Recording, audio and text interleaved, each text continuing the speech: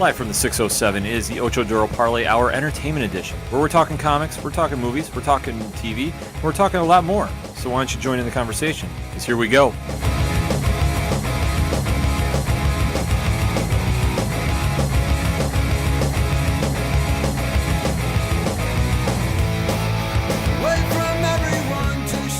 And welcome back to another edition of the Ocho Duro Parlay Hour Entertainment Edition. I'm your host, Ken M., and to the left is the intern himself, Padawan J. Hello, hello, hello. And over break, we had a phone call from one of our listeners, a loyal listener, who said, hey, I noticed on the Entertainment Edition you guys didn't talk about Punisher. Is there any chance I could come on and say a few things about it? And after seeing the caller ID, there was no way we were not letting the man come on the show. You know him from the sports show. He comes on talking MMA like nobody's business because he is our favorite local fighter. It is the Commonman, Vince Ciatoli. What up, what up, what up? Thank you for being here. Oh, thank you for coming back on the show. Yeah. Anytime you want to come on and talk a little entertainment, we are here for you. And we got some more comic news to talk about, so we figured, hey, who better to talk a little comics than our head comic blog writer on the ODPH Comics blog? It's the Bry Guy Signal. Hey, hey, hey. So we have a lot to discuss. A big trailer came out. Some big crossovers happened. More TV news came out. We have a lot to discuss, so why hold off? Then the biggest news story of the week, it crashed YouTube, or came close to. Marvel decided to finally give us Christmas early with the Avengers Infinity War trailer. Broke all sorts of records. What was it, 240 million views online in 24 hours? Sounds about right. Something absolutely crazy like that. So I'm going to go around the panel. I know Bri Guy is not the biggest Marvel guy in the world, but he did see the trailer. Bri, what did you think? I thought it looked good. It looks really dark, and it looks like it's going to be a lot of fun. Absolutely. Vince, what's your take? People are going to die, and I can't wait. Pat? Thanos is coming to wreck some shit. That is true. I mean, I think going back to the beginning of the trailer and just going with the ominous destruction all over the place. Well, and the whole thing with the beginning of the trailer, I like how they quoted Nick Fury's line. Yeah. You know, they're from, what was it, Avengers 1? You know, I believe so. There was an idea, and then it goes into the various other members of the Avenger, you know, reciting that line. That was a good callback. Yeah, and I think they needed to do that to kind of tie it all together because this is going to be the end of the modern Avengers lineup, if you will, that we were used to seeing. And to make that transition, you definitely want to go out guns blazing, albeit this will be Infinity Stones blazing because Thanos is now on planet Earth gathering gems. And just showing the damage recap, you know this is not going to be anything that's going to get brushed away by damage control anytime soon. This is going to be grim. This is like an Omega level event happening in this Marvel Cinematic Universe, and I can't wait, man. It's going to be amazing. It's been 10 years of build-up, so, man, it's going to be good. Has it been 10 years? Yeah. Iron Man 1 came out in 2008. 2008, this is coming out in 2018. 10 years. Bro, you were saying so? No, I was just going to say it's been 10 years. And they've been hinting at Thanos ever since 2012 when Avengers of post-credit scene showed up and they just show Thanos turn his head to the side and you're like, oh crap, they're going with Thanos. Well, and that's a crazy thing for me is when I saw Avengers 1, I was going to school at the time and went to see it with some friends, and I had no idea who it was. I was not that into comics. I was not that, I'd seen Iron Man 1, Iron Man 2, didn't see Thor, didn't see Cap, didn't see any of the Hulks, went into it and loved the heck out of the movie. Oh, yeah. And got to the end credit scene, and the theater I'm in, of course, full of college kids, they're all, a couple of them are freaking out, and I'm like, wait, who's this guy? Who's this? If you follow Marvel, he has now become the equivalent of Darkseid in the MCU. And I think it was kind of like a little different choice to go with knowing the history of Thanos because he's tied to the cosmic universe, rather. Mm-hmm. And there's a little more ties to, I would say, the Fantastic Four and Silver Surfer and that genre. But obviously with the current movie deals, they're not in this story. Obviously, they're going with the Infinity Gauntlet storyline, which is amazing. And for its time, it was definitely one of the biggest crossovers in Marvel history. Still holds up if you read it. Absolutely. Yeah, and just thinking back, it might not be the first choice you make for a major villain for the cinematic universe if you think Marvel villains, but in terms of the long game that they're playing, it makes the most sense. Oh, absolutely. Absolutely. I mean, to do the long stretch-out plan, to go from phase 1 to, I believe this is going to be the start or the end of phase 3 and the start of phase 4. Yep. to have that kind of deep-seated planning and now seeing the execution of it is truly remarkable. And with Thanos now coming to Earth, and you can kind of see the Avengers are now established post-Civil War. I know the one scene which, if you're an old school Marvel head like myself, Vision and Scarlet Witch are looking like now they're a couple. I love it. And yeah, it's a nice throwback to the original 70s, 80s kind of time of the Avengers, where it was a little more. I wouldn't say there weren't like the epic lineup. It was kind of more relatable. They didn't have the real heavy hitters that they do now for the lineup.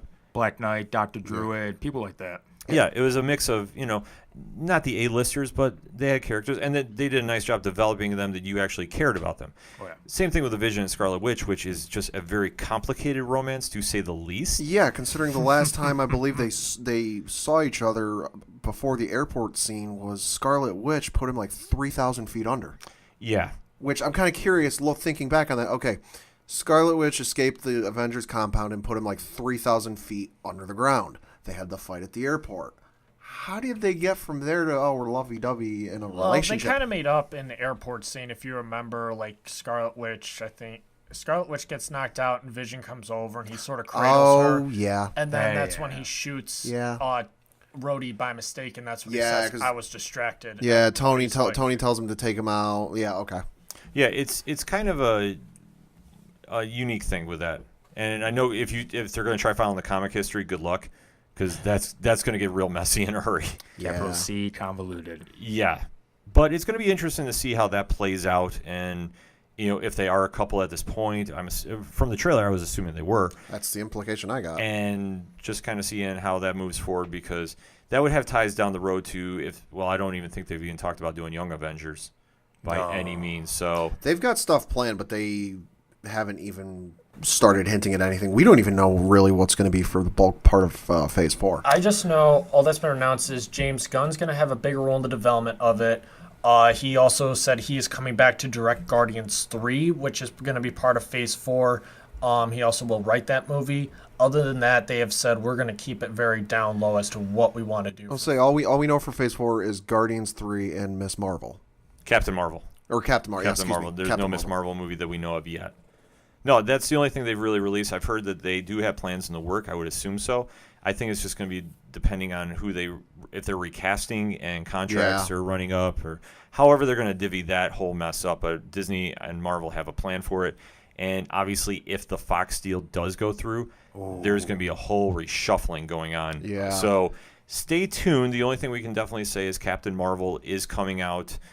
And after that, nobody really knows. Get your popcorn ready. Yeah. One thing from the trailer that I thought was rather interesting, I wanted to get your guys' take on. Seeing Bucky. I was a little surprised. Soldier? Yeah. I was a little surprised.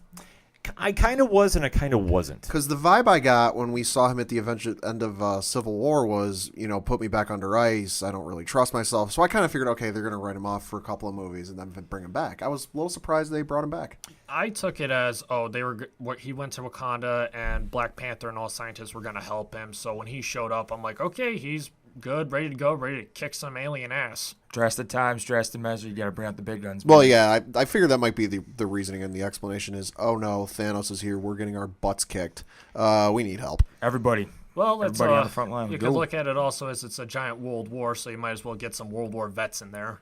Bucky, Captain America going at it again. That is a true point. I'm hoping it's not a tip-off of what's going to happen with Steve Rogers in the comics. Bucky Barnes does take over for him. Well, I think your tip-off was in Cap 2.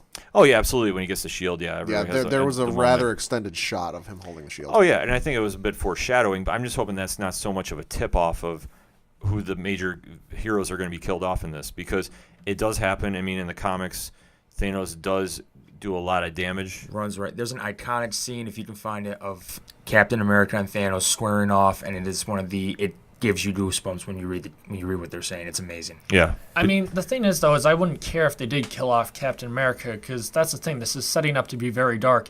If you only kill off the minor superheroes, it's like, oh, well, okay. Good to know that our main heroes This could be a red herring, though, too. Like, you remember what happened in Avengers 2? Everyone thought Hawkeye was going to eat it, and there went Quicksilver. So yeah, I mean, I think they're going to definitely make some drastic moves with this because I think they have to. The level of the event is going to warrant it. Yes. I was going to say, that was my only complaint with Avengers 2 when they kill Quicksilver. Is there was nothing wrong. It was a good move. It's just like, I kind of hated almost that they didn't kill Hawkeye in the sense like Quicksilver was just introduced to us that movie, so we didn't really care for him, especially when we had the Fox version. So yeah, my biggest issue with the whole Quicksilver thing was there was all that back and forth between Fox and Marvel, and then we're just gonna kill him off in this movie. I think that was definitely a big FU to Marvel, FU to Fox at the time. Yeah, that just was very petty, and I think that now, obviously with the deal, if they really want to bring Quicksilver into the MCU, they can definitely retcon it and go some places. Bring him and his dad. Oh yeah, well that.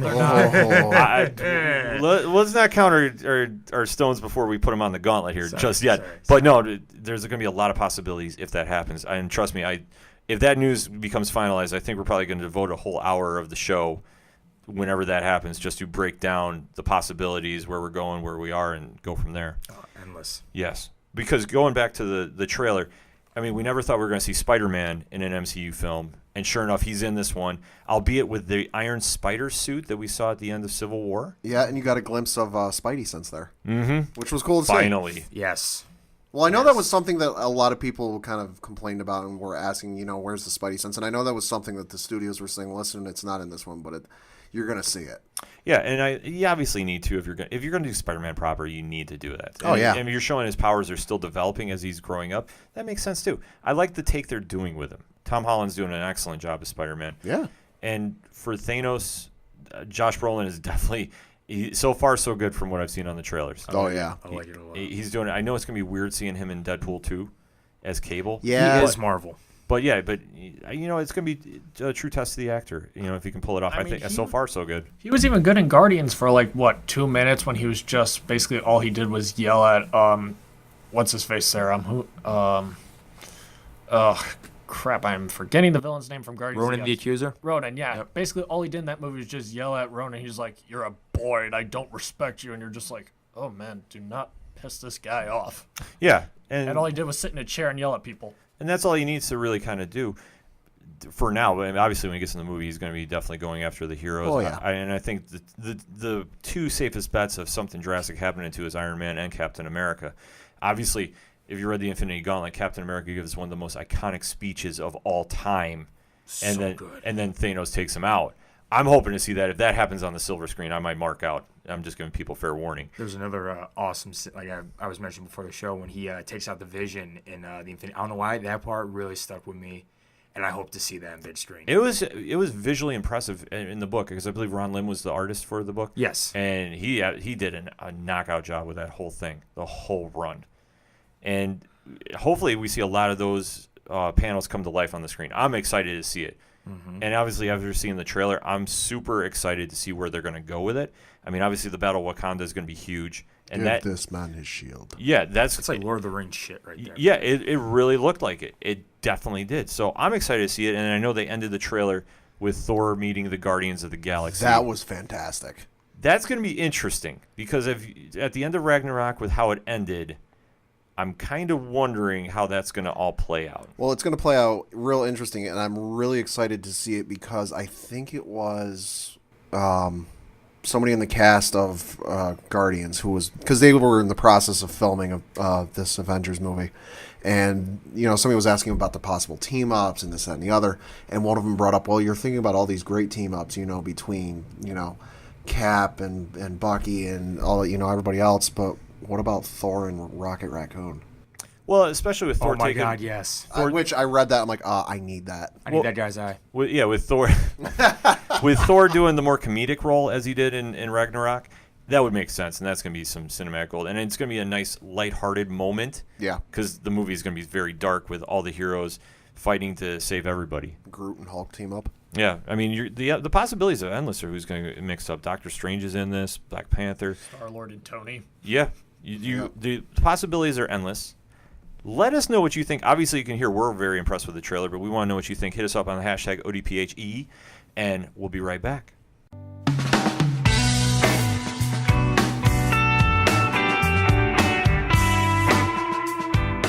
We're now on iTunes. That's right. The Ocho Duro Parlay Hour is now on iTunes. So download, rate, and subscribe.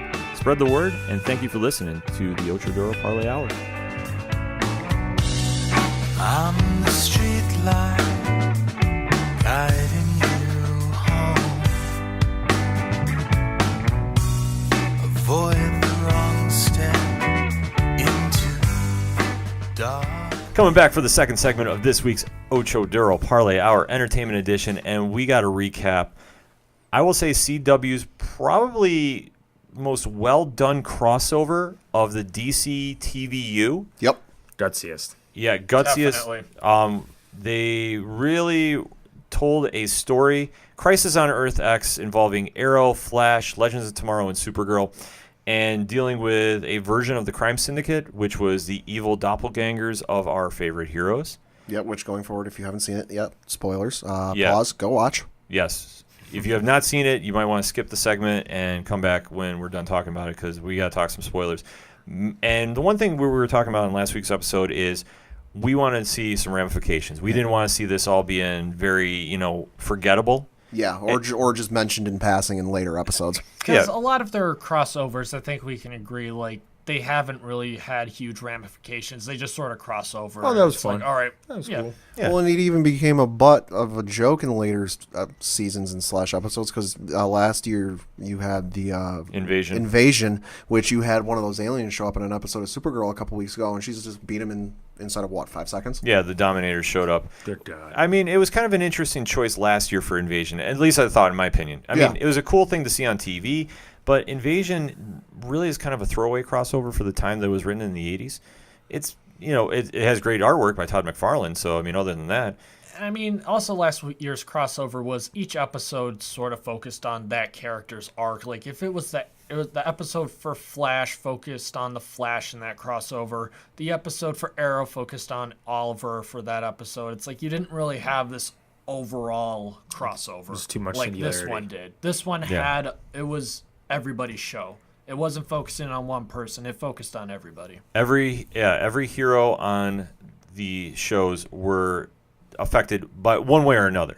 Whether it was the hookup, and I hope this couple makes it happen, Sarah Lance and Alex Danvers. Fantastic. Yeah. Which, I was so happy Let with it that. happen. Yeah. Which, I had a coworker call out that one. A coworker of mine, we were kind of discussing what we thought was going to happen, and he goes, Sarah and Kara's sister are going to hook up, right? I'm like, and I thought about it, and I'm like, yeah, that's probably going to happen. Yeah, even before Katie Lutz, the actress who plays Sarah, she posted on Instagram a picture of the two of them lying in bed together while they were on the set, and it's like, okay, is this actually happening? well, it's kind of interesting because, I mean, I've always said that Sarah Lance is probably the most well-written character on all 4 shows. Yes, her arc yeah. is No incredible. doubt. No doubt. Yeah, and I think that from where she started being a throwaway character, literally on the boat that sunk Oliver Queen and everybody involved to start Ha, Arrow. ha, was gonna say- I I was love gonna you say- so much, Oliver. Yeah, Up season 1, she was just in it for the pilot, and she died. And then they brought her back season 2 as Black Canary. yeah, and to where she just has excelled, and now she is literally the captain of the Wave Rider, as she should be,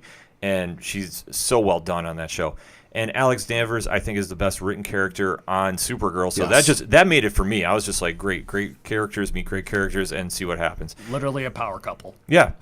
And going with that, too, they went into the whole marriage of Barry and Iris. Attempted. And, yeah, they attempted. But the one takeaway from that, and I'm going to bring it up to the panel, and I'm not sure if anybody caught this.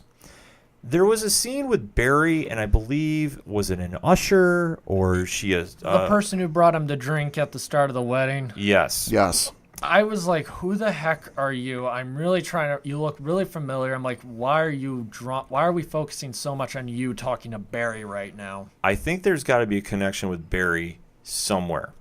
And I don't know if they're going to do it, but Vince, I know you know if I say the initials LOSH. Oh. You know we're talking Legions of Superheroes. Yes. If I am not mistaken, and somebody hit me up on social media if I'm wrong, there is a descendant of Barry Allen on that team. That is what has actually been, people have been guessing is she Okay. has something to do with Barry and Iris, because that's why she kept saying, I'm so happy to be at your wedding to see this. Okay, then I want to say the character's name is XS. That I do not know. Okay, I'm not Yeah, sure but- about that because I know it's not Jesse Quick, obviously, and it's not Velocity. But I believe the character's name is XS, and I know that they're slowly doing Legion of Superheroes in Supergirl. Yep. They're now starting to crank into that storyline a little bit. If that's that character, awesome. The more you can get the Legion developed, because that kind of ties into Monel, of who's Valor in the Legion. Yeah. Hey, let it happen. The more heroes you can get involved in the shows is great. And then when they go adding to characters, obviously the biggest takeaway from this crossover for me was the death of Martin Stein. Oh, Yeah. Iconic. Yep. Iconic. I mean, it was announced early that Victor Garber was leaving the show, and I mean, I always hate hearing that before a season starts because Yeah. you're kind of know. waiting, You know. like, yeah, Yeah, because You you're know not really fully enjoying the episode. You're enjoying the episode, but then there's that small little party that goes, "Is this going to be his last episode? Yeah. Is this going to be it?" And I kind of had a feeling they almost tipped their hat a little bit because they were saying, "Oh, after this, you get to go home and see your grandbaby get born, and you go home with Oh, your I, wife." I said it on the preview show. Yeah. I said, I think they're bringing up, happy, happy, happy too much.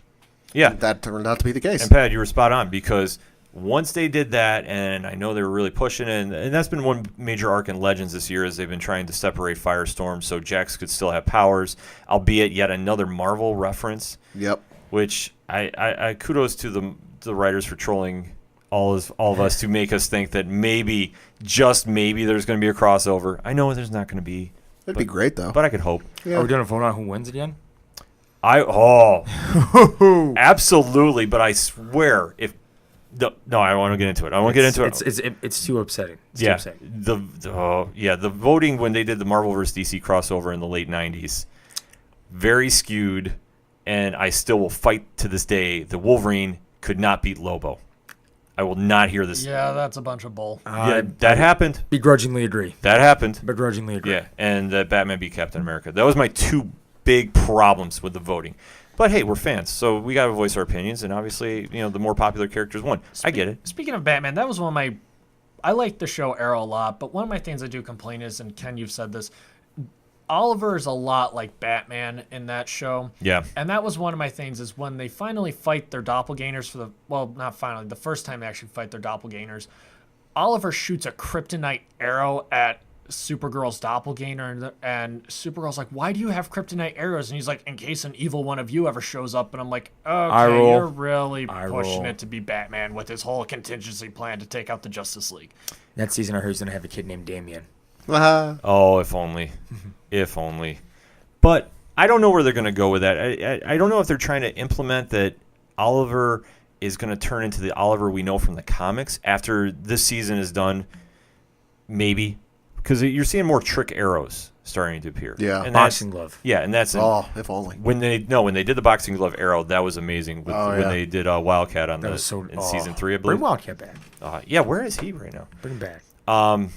But we're going with that. Yeah, maybe. But I do think they do make Oliver into the Batman of the TV universe. I don't like it as much. I do like the character. Stephen Amell rocks it out of the park. Oh, yeah. Oh yeah, definitely nothing wrong with Stephen Amell. Tremendous. And if he gets called Hawkeye in one of these episodes, I'm going to get up and applaud. And I'm already going to say, if Jeremy Renner walks from the episode, plug Stephen Amell into the MCU. Yes. No questions asked. Yeah. Just none. Just put him in. Hey, He's we're a good. famous actor in a movie. Just don't. But getting back to Victor Garber, obviously leaving the show and his work on Legends, phenomenal. Yeah, that was the most well-done death I'd seen in a comic book TV show since they killed off Jonathan Kent in Smallville on the 100th episode. It was up there with Trip and Agents of S.H.I.E.L.D. Yep. Because that still hits me. Yeah, because the Jonathan Kent death in the 100th episode of Smallville was just gut-wrenching. Yeah. Because he died, and Clark ran up to him and realized there was nothing he could do. Yeah. I mean, that's what has always been the thing is with Jonathan dying of a heart attack is Superman can do anything. He couldn't stop his dad's death, though. And that's that's a small complaint I have with Man of Steel, not to get into that, is Superman could have saved him in Man of Steel. And that's like when he beats himself up over it. It's like, no, it was more impactful when Superman could not save his dad. Not, I chose not to save my dad. Yeah, Because he told me if to. Superman can do everything, there's no substance to the character. That's the argument. Because you need villains to draw it out of them. Which, I mean, the villains on this season, or the crossover, definitely did the thing. And obviously, taking out Firestorm, and that whole ordeal after he was shot, by one of the soldiers there. Just gut wrenching. Just The funeral scene. Oh, the funeral, the whole thing. I feel like the hardest part, not even the funeral, is when Jax goes to Stein's wife and his daughter Yeah. to tell him he's dead. Yeah. Yeah. Great television, man. Oh, it was like, man. And it's like Jax's actor, name escapes me right now. He did such a good job with just like his wife, Stein's wife's like, "What's wrong?" And he's just like, I'm sorry. Like he does a great job. It's like he can't even talk about what's happened. He feels awful. I've talked about this numerous times on the show and even outside of the show. Legends, I think, has been DC's best show they've done. For sure. And I think for being such a throwaway. And the acting they have on that show has just been knocking out of the park. I mean, Heatwave's episode, which that was the only shining hope of the bad episode, at least in my opinion, that was one of the weaker episodes. Stellar, and then this was no exception, just how they did this. Yeah, no, it was a fantastic episode, start to finish. That was a fun moment Heatwave had in the wedding also, is when he shows up, they ask him, "Oh, are you here for the bride or the groom?" "Well, I've tried to kill the groom on numerous occasions, so I'll sit on the bride's side this time." Yeah, and as he's sitting there, I know the commissioner's looking like, "You look familiar?" Nope. Yep, he's just making like crazy references about. Well, what was it? They get to the end of the wedding, and everyone's kind of talking about what's going on, and he's like, "Oh, great wedding, though." Yeah. I mean, it just shows about the writing with that. I mean, I can go on and on about that, but how they handled the firestorm situation was, and then when the Crime Syndicate and their army of soldiers taking down the final fight scene against the DC heroes, and just seeing the kind of the standoff and where they're going with it. I mean, I thought it was great. The only issue I have, though, and I know there's two issues I have with this entire crossover. One, no Martian Manhunter. Maybe. Yeah, that was. Well, I kind of chalked it up to Kara knows Barry, met Barry, friends with Barry, so obviously Barry would invite her to the wedding. I don't think Barry's ever met Martian Manhunter. I can't remember from that episode. Yeah, I can't either. They've crossed over twice with just Supergirl and Flash, and I don't think he has, or if he did, it was very briefly. But that's how I would take it. Also, Josh was. It's like, okay, he invited Kara because they're friends. Yeah. So it's like, all right, and her sister was her plus one. So it's like, all right, that makes sense. Yeah. Yeah, but I would like to seeing either like the doppelganger version or just him on the show. I think it'll happen next season. Because if you're going to have all the heroes, because as they introduced the Ray into the DCU, yeah, and he had a very great intro, and bringing back Captain Cold, albeit the Earth X version of the Freedom Fighters, and just seeing how over the top, comedic Leonard Snart was. Call me Leo. Well, what was it? There was one point where they were talking to Leo about what their Leonard had done, and he goes, "Why would I do that? That's a horrible idea." Yeah, it was so cool, and it's so like I know he's. They're like, you're coming up with a plan. You know, the Leonard Snart we know would just go off, make a plan, forget the plan, toss the plan, die by the plan. He goes, "Don't make a plan. Why would I do that? That's awful." And then there's a fun part where that Leonard sits down with Mick, and he tells him what happened to Mick on Earth X, and he's like, "You just kept going back in that police station to save all those cops." And Mick's just like, "You're telling me I died saving cops?" And he just swigs his beer as a result. Yeah, I mean, it's just it was so well done, and that kind of character moments stand out. And the only other issue I had, though, like I said, was Eobor Thawne from Earth 1. How did he's surviving? I thought they were going to explain that. He is the DCU. Yeah, like, I don't know how he's doing this. Like, does suddenly he have Wave Rider powers or something? You can cross time. Is he Amalgam with all the Marvel references? I don't know. My point is, with him, though, he was killed off in Season 1 of Flash. He was killed off again in Legends of Tomorrow. And here's the thing. He wasn't just killed off in Season 1 of Flash. He was erased from the DC timeline. Yeah. That's not just killed off. That's, you're gone. See ya. And then the biggest thing from that is Barry just lets him go. I say keep bringing him back. Yeah. I say keep bringing him on.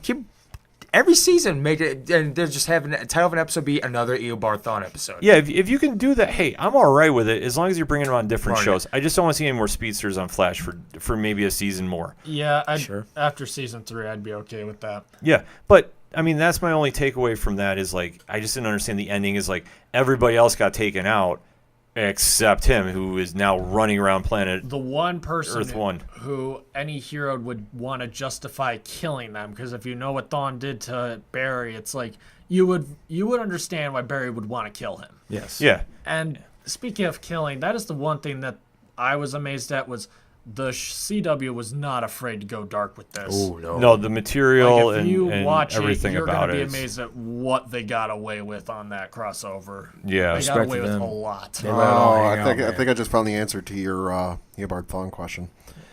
Did some looking up on the line, and this according to the Arrow Wikipedia site, which is devoted to everything Arrowverse. So it has to be true. Despite his erasure from existence, Eobard's time remnants are preserved throughout history by the Speed Force, keeping his past time travels intact in order to stabilize the timeline, where his manipulations of it spanning years and prevent further paradoxes. Hashtag comic books. Yeah. Yeah, that's a pretty comic much. book That's answer if I've ever comic heard stuff.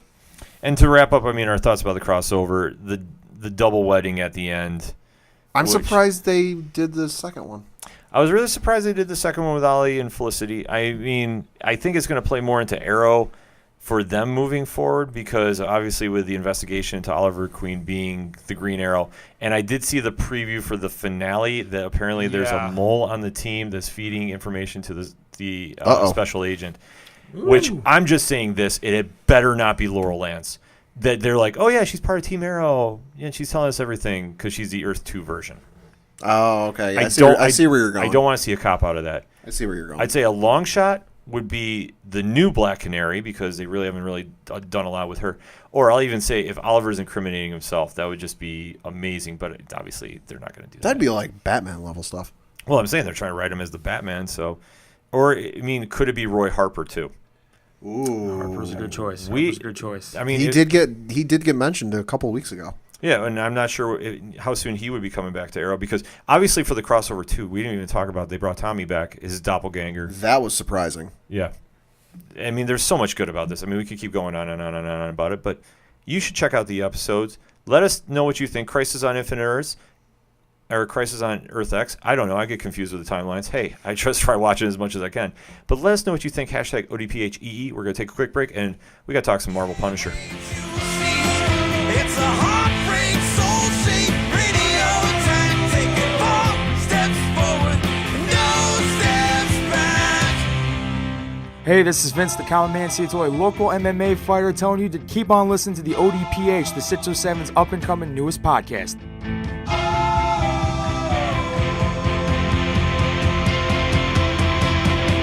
We knew right where we'd be, floating on the airwaves, you see.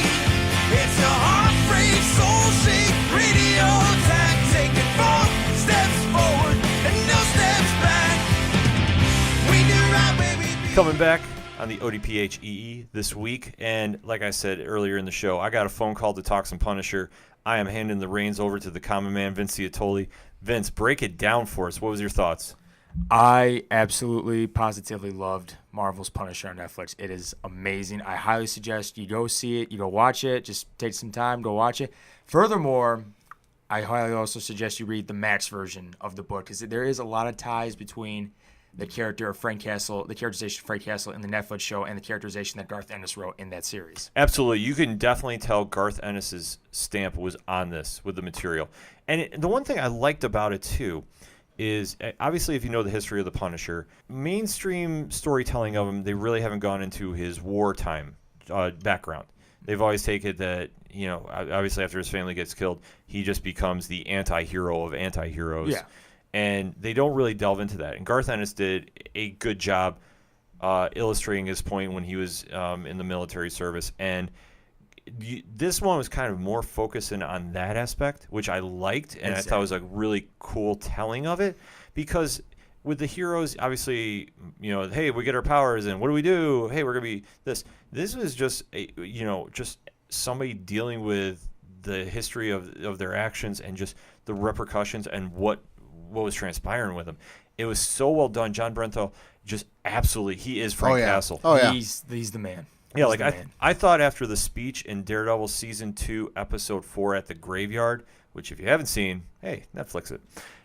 I thought that was his defining moment, but he just absolutely embraced this role and did everything he could to not. I wouldn't say it was even like a superhero story, because you really didn't see the traditional skull chest vest or shirt. I mean, I don't know how you describe his uniform. Which I like that.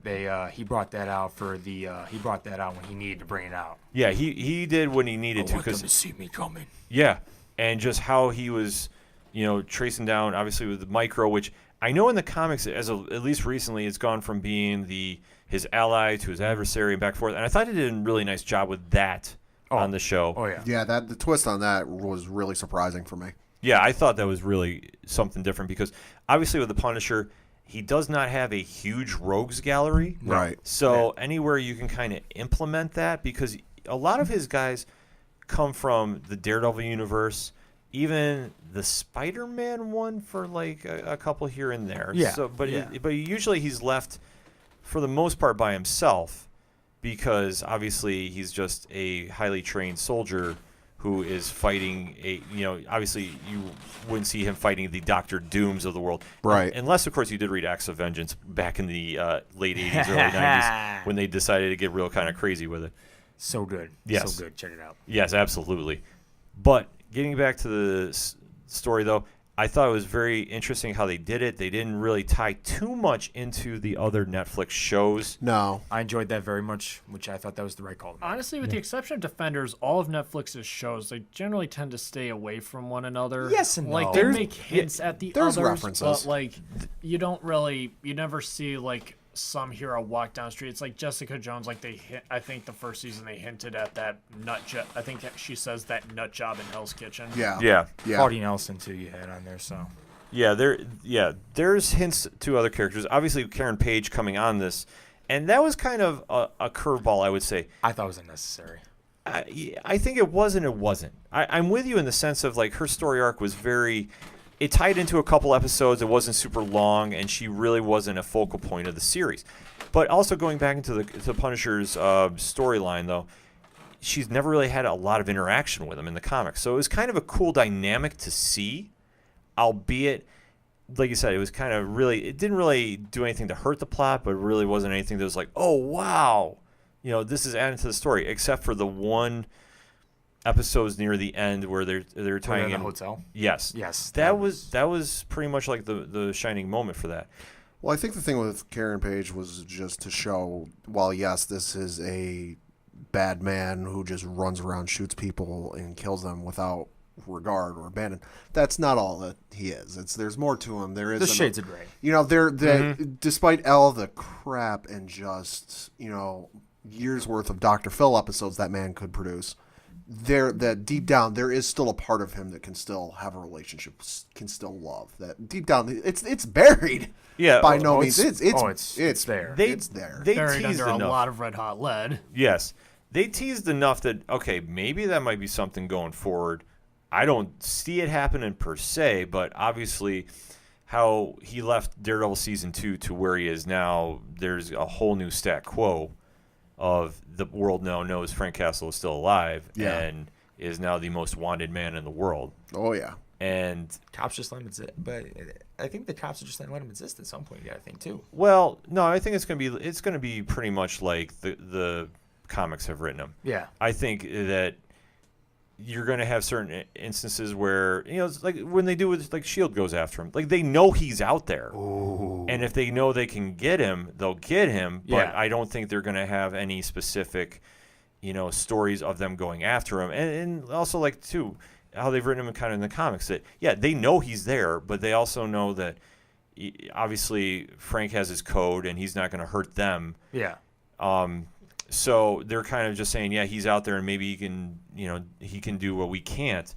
But I think obviously if it came down to it where they could get him, they would. Oh yeah. I didn't think I empathized with the character as much as I came out of empathizing with him, because I went into it, okay, yeah, he's a gun for hire, yeah, he goes around and kills people. There's nothing really empathize with that, but then they started getting into the soldier backstory and just everything he got put through. Again, that's the Garth Ennis I was just like, wow, they put him through some crap. Yeah, and you obviously see it's a guy dealing with a lot of PTSD. Which I enjoy the fact that they were actually touching upon that, because that is a major issue. But yeah, no, I think that's a huge point with that. And to go into it, and that's pretty much the whole, heart and soul of the story is a man dealing with that and dealing with what he's done, and now what is there now, and to see how they portrayed it, I thought was brilliant.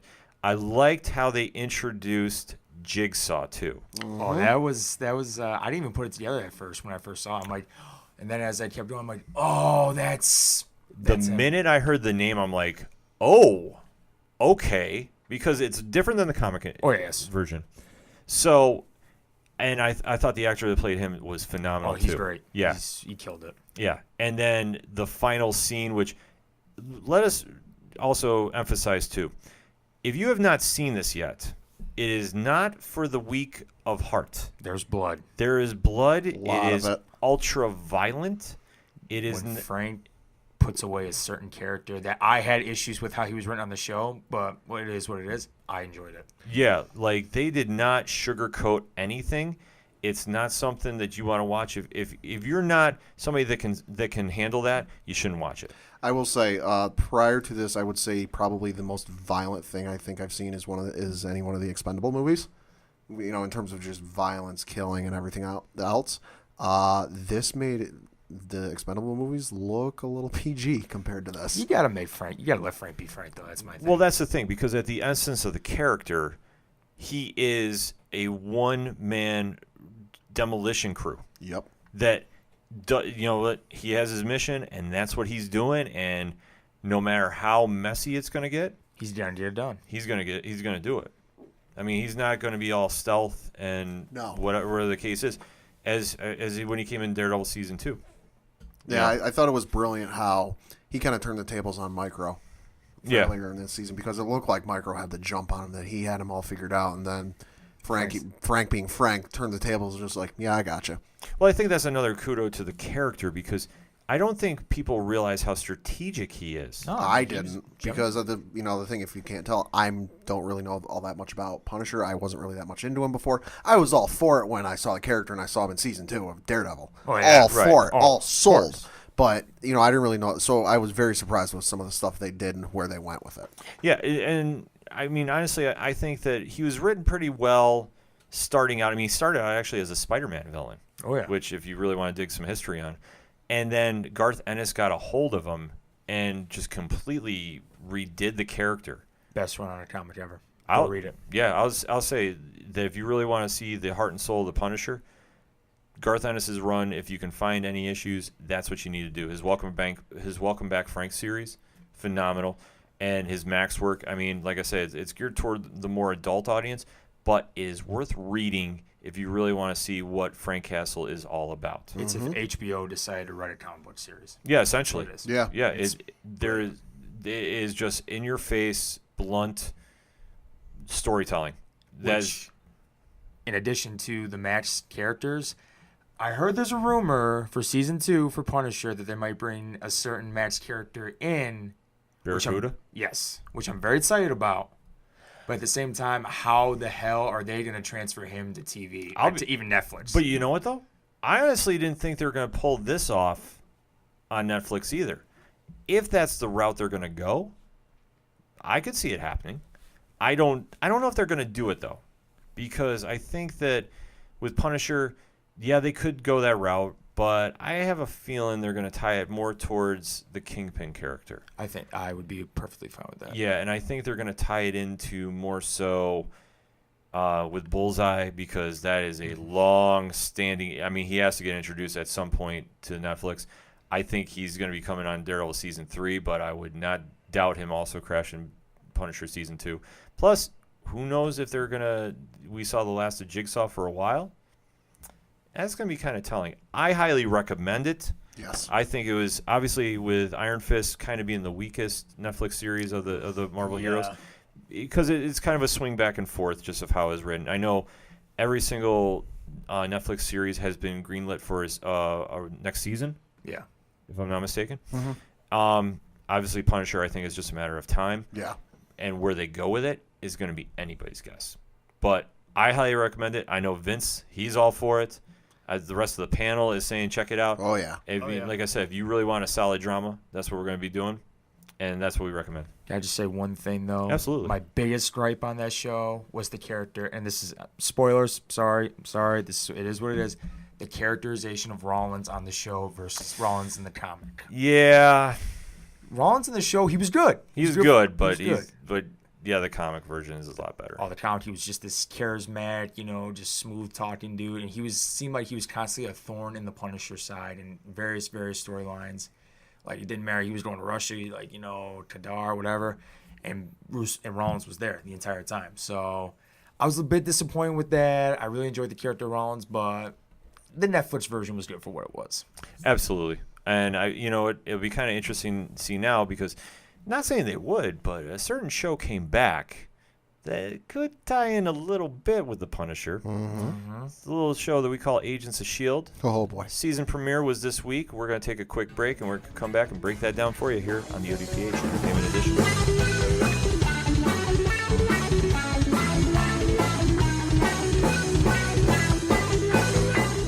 Hey, I'm Mike Pappy from Rye Bread, and you're listening to the ODPH.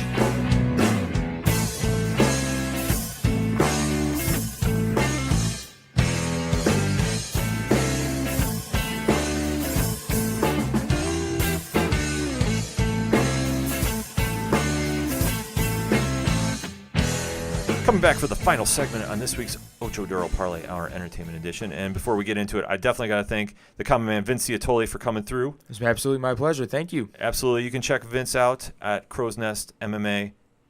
And he's going to be having some fight news coming down the pike, probably in the 2018. Got to get the year off and definitely enjoy the holiday meals. Oh, no doubt. 190, here I come. Yes. And Bright Guy Signal, he's going to have some more comic blogs coming down the road. Yep, and maybe going to open up. I'm going to start doing anime reviews as well. So I'm going to branch out a little more, because I feel like anime is something that's very overlooked in nerd culture as something that's pretty much just considered really nerdy. But there's a lot more to anime than you might think.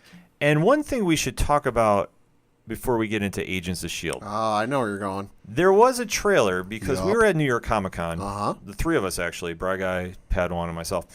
And we saw the Agents of S.H.I.E.L.D. opening scene for the season premiere, but we also hit a certain panel that we weren't quite sure about. It was just called Batman Ninja. Oh, snap. I've seen this. Yes. Yeah. So we can talk about this very briefly before we go into the final segment of the show. Batman Ninja looked phenomenal. The first definitely. Official trailer got released. Batman is taken out of Gotham City, and he's put in feudal Japan, Along with all of his enemies. And when we say all, we literally mean all of them. Yes. Every including single even a Flash villain, who is kind of a surprise that looks like it'll be really interesting to see. Gorilla Grodd, Deathstroke, Red Hood. At least I think the Red Hood was in there. I'm not I 100% sure. I think I caught a glimpse. Nightwing, Penguin. If memory serves at the panel, one of the people who worked on the movie said if there is a villain or hero that is in the Batman comics that you can think of, odds are they're going to be in this movie. I'm in. Yeah. So in. If you have not seen the trailer, you need to see it. We all went to the panel and went, when is this coming out? I am not the biggest anime guy. Nothing against it. I'm kind of pick and choose. If it's not Cowboy Bebop, I'm kind of like not into it. But Bry Guy is going to be covering this heavily. He'll be keeping up to date on the comics blog, talking a little bit about it. And when it comes out, trust me, we're going to be having a lengthy segment about that when it shows up. We also hit Agents of S.H.I.E.L.D. season panel at New York Comic Con. The season premiere came out this Friday. Now, Bri, what was your take from seeing the first opening scenes from the season? Well, considering I've never really seen the show, I thought it was pretty good. I was a little confused on who people were, but that's anyone who jumps in on a show at season 5 and you haven't watched it, you're going to be confused on who people were. But it was really interesting. Like, you're really taking these people and you throw them out into like this unknown world that you really got to wonder. It's like, okay, where are you guys going with this? Because no one here is clearly in their element. Because, I mean, you're in space. Absolutely, and we got to make note, Brian is a DC guy more than a Marvel guy. Yes, pretty much my Marvel stuff consists mostly of the movies. which are good. Don't get me wrong. I won't deny Marvel's got a good cinematic universe. And if you definitely want to get into Agents of S.H.I.E.L.D., I recommend just jumping in Season 1, Captain America 2 episode. But I digress. Now, Vin, are you a big Agents of S.H.I.E.L.D. fan? I've actually never seen any Agents of S.H.I.E.L.D. I just gave you the start points, so you got to There go you go. check that out. Keep us up to date. Last season, though, they did Ghost Rider with Robbie Reyes, which was phenomenal. Uh-huh. They introduced the LMDs, and they did the Welcome to the Mainframe, which was such a great nod to the old school fans like Pat and myself. Yep. They opened this season. They're in space. Yep. Because, quote, it's the only thing we haven't done yet. Pretty much. And to see the evolution of the team, season 1, they were very cookie cutter. They were very bland. I'll be honest. You can honestly forget who the characters were. That was part of the reason I never really got into it. Is the only person I liked was Coulson, and that was just because you knew him from the other movies. Yeah, but now, trust me, if you say the names May and Fitz and Simmons and Mac and Yo-Yo, you got a squad, and it's phenomenal. But they're in space now. Mm-hmm. There is an alien type that was chasing them to begin the season. Yep. On the ship. We're not sure what's going on. Had like a alien vibe to it. They're on a spaceship. There's something on the ship. They're not quite sure what it is, and it's chasing them. And it's really That was my first thought. I yelled at a con, which thank you, I did not get thrown out. But thank you to everybody being calm about you that. didn't have a laptop open, so that's why you didn't get thrown out. Yes, that is true. I just screamed, "Brood!" Oh, because I thought it was, and I'm like, oh my god, did the deal happen with Marvel and Fox? Like, is this really going to happen? Here comes the Starjammers. Yeah. And I was thinking that, and I'm going, wait, I don't know what's going on.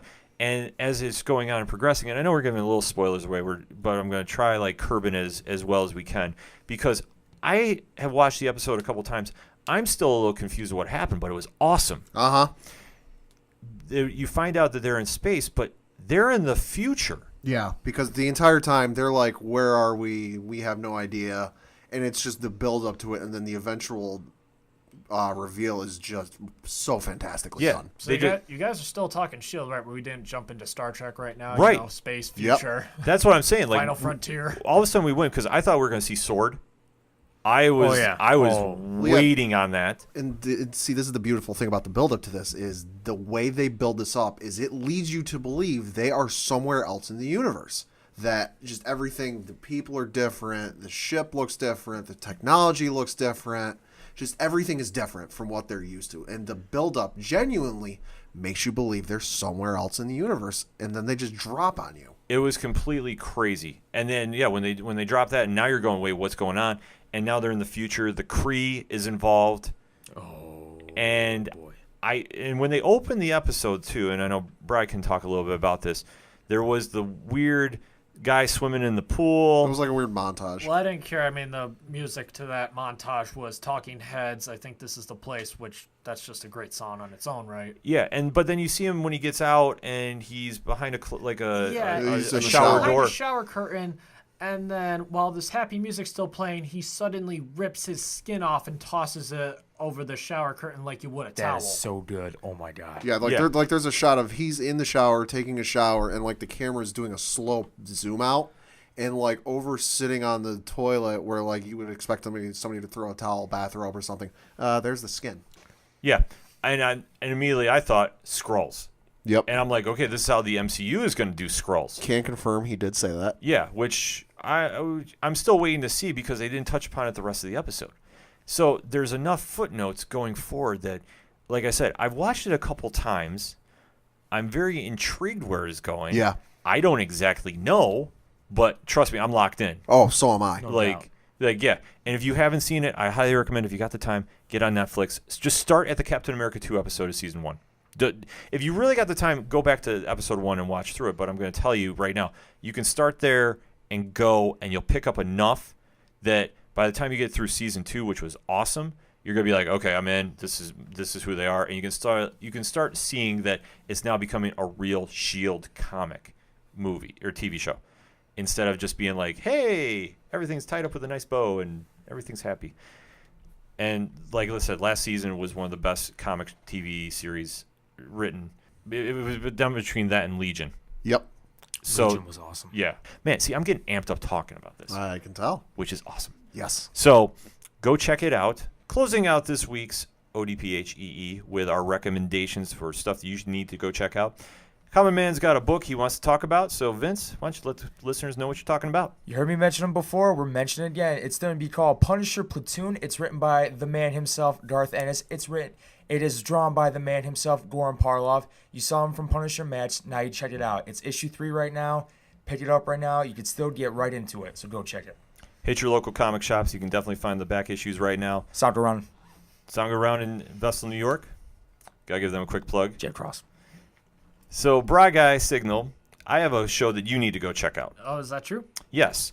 I know you're the comics guru here, but one show that has kind of fell under the radar a little bit of publicity, because I've been trying to talk to people about this, and they haven't heard too much about it, so we definitely want to bolster this up. There's a show coming on the Sci-Fi Network Wednesday night, 10 p.m. Check your listings wherever you're listening from. It's called Happy. It is starring Christopher Maloney, who you know from Law & Order, True Blood. He's been in a lot of things. He is an awesome actor, so shout out to him.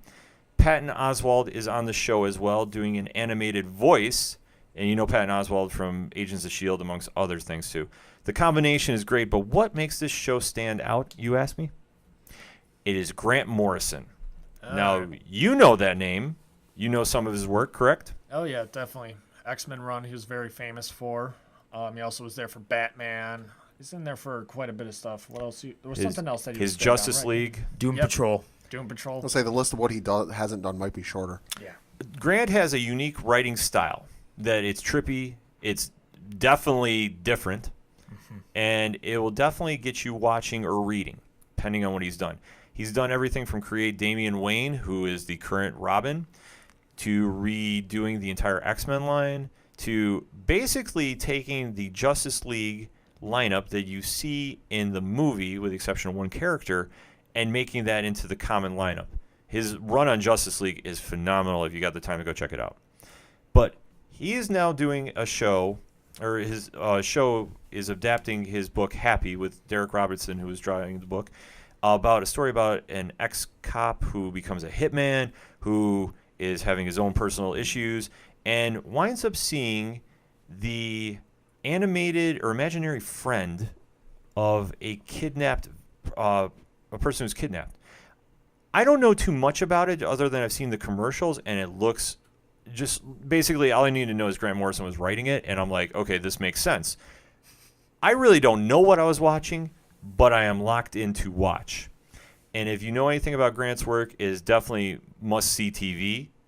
And I highly recommend you go check that out. Maybe you can hit us up with a blog of the show after you've seen a couple episodes. Yeah, I might look into it. I got a lot of projects coming up right now that I want to handle on that.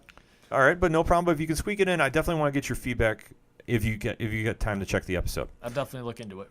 One thing I have been watching lately is on AMC, but there's something that Pat needs to do first.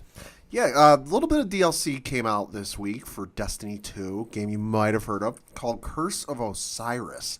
It's the first DLC dropping for Destiny 2. Of course, Destiny 2 made by the fantastic folks at Bungie, of course, rose to prominence and fame for their work on the Halo franchise. Interesting thing with this DLC is the Guardians, or your character in the game, will be going to Mercury. Interesting. Yeah, which, if you know anything about astronomy, Mercury real close to the sun, so going to be interesting to see how that works out. And if you've played Destiny 2 and you've gotten through the story, the Marvel-like cliffhanger they leave you with at the end credits, I'm really hoping they explain that and we figure out what that all meant. Destiny's been pretty top shelf from start to finish. Obviously, I fully think they're going to do that, and I think it's going to be something definitely worth checking out this weekend. Oh, yeah. I know Pat will be locked up with that. I'm going to be recommending a show on AMC. It's Robert Kirkman's Secret History of Comics. Now, if you like documentaries of behind-the-scenes stuff that you just don't really see too much in the mainstream about comics, this is a show to go check out. They've covered everything from the start of Marvel Comics and the history of Stan Lee and Jack Kirby. They've covered the story of Simon & Schuster and Superman. They've covered, most recently, Milestone Comics, which you should go check out. Hardware was a definitely underrated book, in my opinion. I remember reading it. Phenomenal book. But go check out the show. It's on Monday nights on AMC, so check your local listings.